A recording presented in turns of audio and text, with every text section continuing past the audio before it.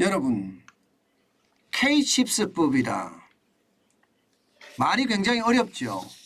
그냥 K칩스법이라는 게 간단하게 말하면 국가첨단전략산업법이에요. 이거 개정한다고 했잖아요.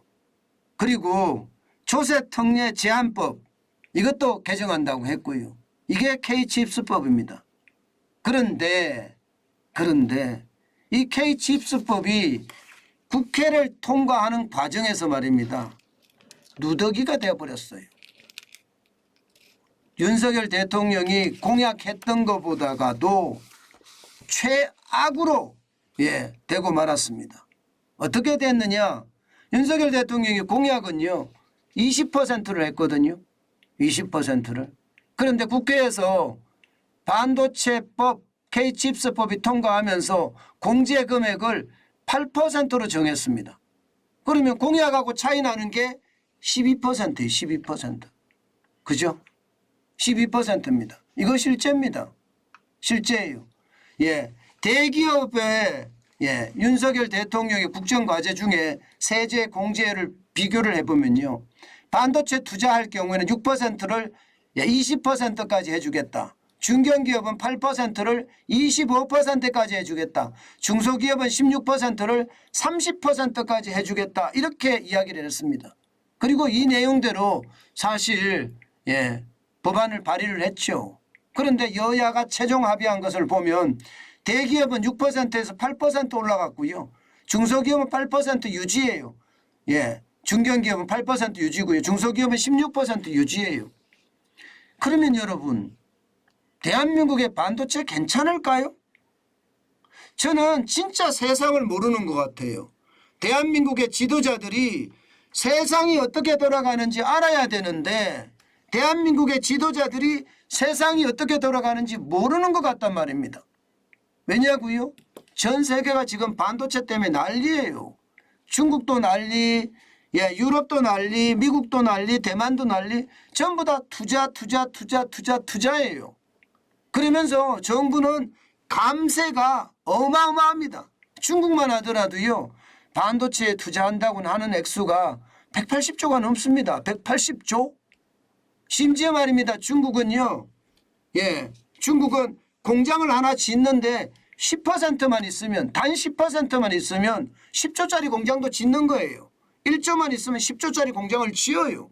그리고 정부가 땅도 공짜, 전기도 공짜, 물도 공짜, 심지어 많은 인력을 채용을 하면요. 거기에 대한 성과급까지 줍니다. 정부가.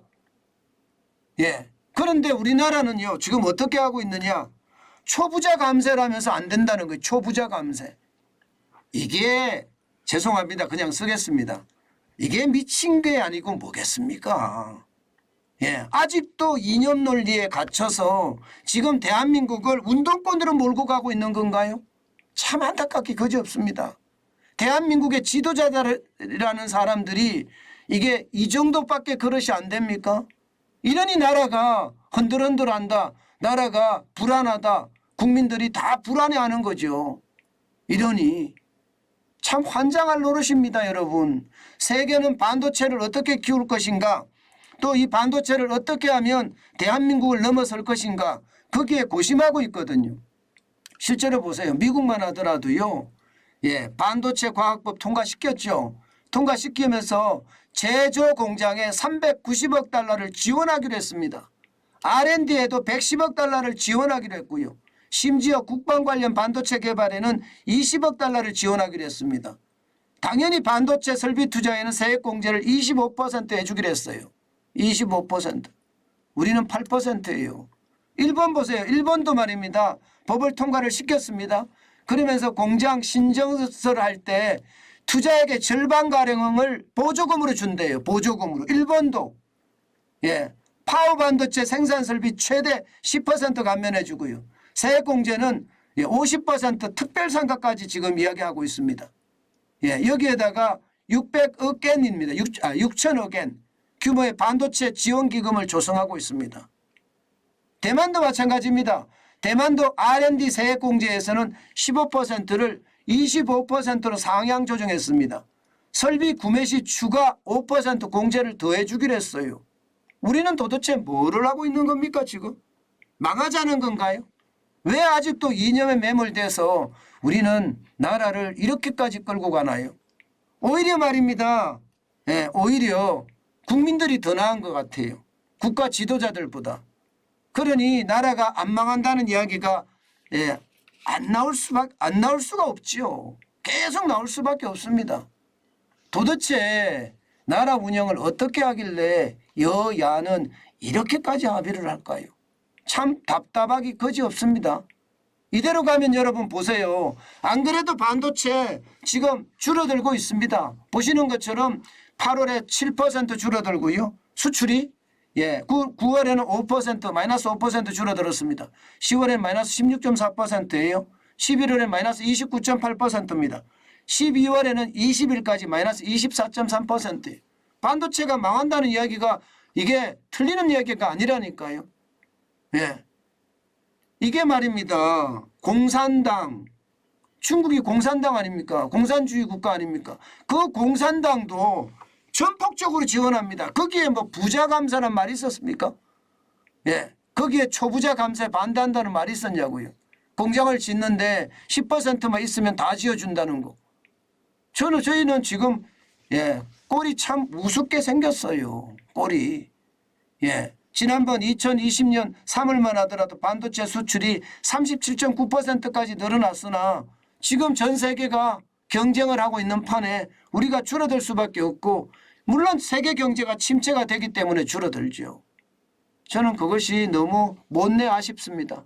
제발 대한민국의 지도자들이 정신 좀 차렸으면 좋겠습니다. 세상을 좀 봤으면 좋겠어요. 우물 안에 개구리로 앉아서 감 나와라 배 나와라 하지 말고 세상의 어떤 흐름을 좀 읽었으면 좋겠습니다. 그래서 저는 답답하게 생각이 듭니다. 사실 여러분 예산 한번 보세요. 예산. 우리 국가 예산입니다. 지금 국회에서 어젯밤에 통과된 예산인데 638조 7천억 원이에요. 그나마 작년에 607조 7천억 원에 적게 늘어났죠. 문재인 정부는 50조씩 늘어났거든요. 50조씩. 50조씩 계속 늘었는데 지금 내년에 늘어나는 게 50조가 안 늘어나죠. 50조가 안 늘어납니다. 30조 정도 늘어납니다. 최악이죠. 그만큼 긴축 정책을 쓴다는 이야기예요. 그런데 여러분 늘어나는데 세부적으로 보면 보시다시피 복지, 고용 이게 뭐 보건 쪽에 226조를 씁니다. 참 엄청납니다. 그죠? 226조를 써요. 게다가 일반 지방행정에 112조 2천억 원을 쓰고요. 교육에는 교부금 제외하고요. 96조 3천억 원을 씁니다. 그런데 R&D 예산 보세요. R&D 예산 30조 7천억 밖에 안 됩니다. 산업 중소기업 에너지 26조밖에 안 돼요. 저는 이런 것을 보면서 참 답답하다 이런 생각을 지울 수가 없어요. 지금 들어가는 것을 보면 국방도 57조인데 그나마 좀 늘어났다고 보여집니다. 요즘 같을 때는 뭐 국방이 굉장히 강해지니까 우리가. 그렇지만 여러분 이게 산업을 발전시키고 다시 한번 제조업의 르네상스를 만들 수 있는 예산이 저는 편성이 돼야 된다고 생각합니다. 638조 7천억 원이 됐지만 실제 보건복지 고용에 워낙 많이 돈이 들어가서 결국 포퓰리즘이라는 뜻이잖아요. 워낙 많이 들어가니까 다른 곳에 들어가기가 쉽지가 않습니다. 참 안타깝게 거지없습니다. 참 안타깝게 거지없습니다. 저는 반도체법이 이대로 가면요. 이대로 가면 진짜 대한민국의 반도체 잘못하면 살 자리가 없을지도 몰라요. 설 자리가. 오죽했으면 지금 무소속의 양형자 의원인가요? 반도체법 이렇게 통과시킨 거 통과시키지 말아달라. 부결시켜달라. 오죽했으면 그렇게 이야기했겠습니까? 무소속의 의원이. 저는 제발 국가망신 그만시키고 세상의 흐름을 좀 봤으면 좋겠다. 그 말씀 다시 한번 우리나라 지도자라고 이야기하는 국회의원들에게 말씀을 드리고 싶습니다. 저는 국회의원들이 진짜 세상을 모르는 것 같아요. 자기 우물에 빠져서 그냥 자기가 볼 수 있는 하늘만 보는 것 같습니다.